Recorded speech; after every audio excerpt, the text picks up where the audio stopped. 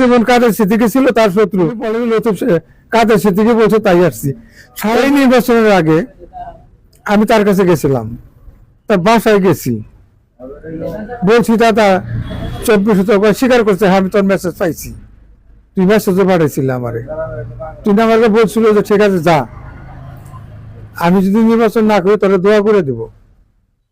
তো উনি কিন্তু নির্বাচনে আসা 2 দিন আগে ঘোষণা দিয়েছিল নির্বাচন করবেন না।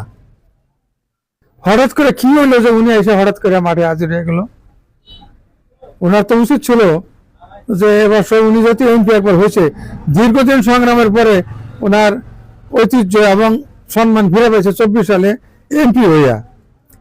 তো এবার প্রতিকূল অবস্থা হঠাৎ কি হলো যে উনি চলে আসলেন।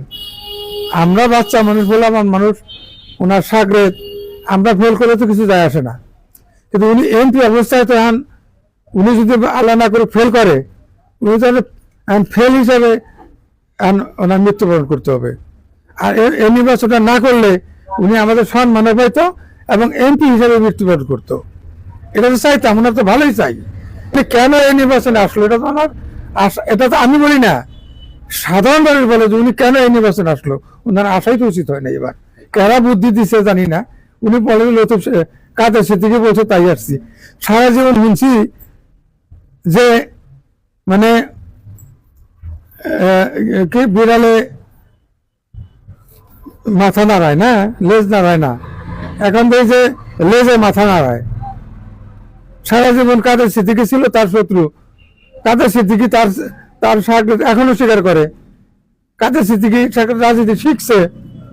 তা আপনি একটা কাজ যে শিখছে তার সিদ্ধান্ত নিয়ে আপনি এসে বললেন এলাকায়, তাহলে আপনি তো এখানে বোঝা যায় যে আপনার রাজনীতির মানে বয়সের কারণে আপনার রাজনীতির যে একটা ছিল, যে তেজ ছিল, রাজনীতির যে প্রজ্ঞাটা ছিল, সে প্রজ্ঞাটা আপনার নাই, হারাই ফেলছেন আপনি।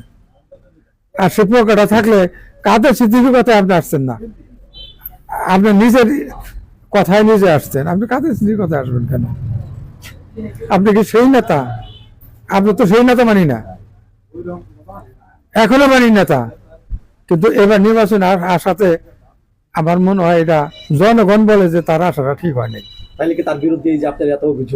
না, এটা এই কারণে না, এটা এই কারণে না, না এটা কৌশল করেন, এটা হলো নির্বাচনী একটা যুদ্ধের কৌশল, এটা নির্বাচনী যুদ্ধের কৌশল।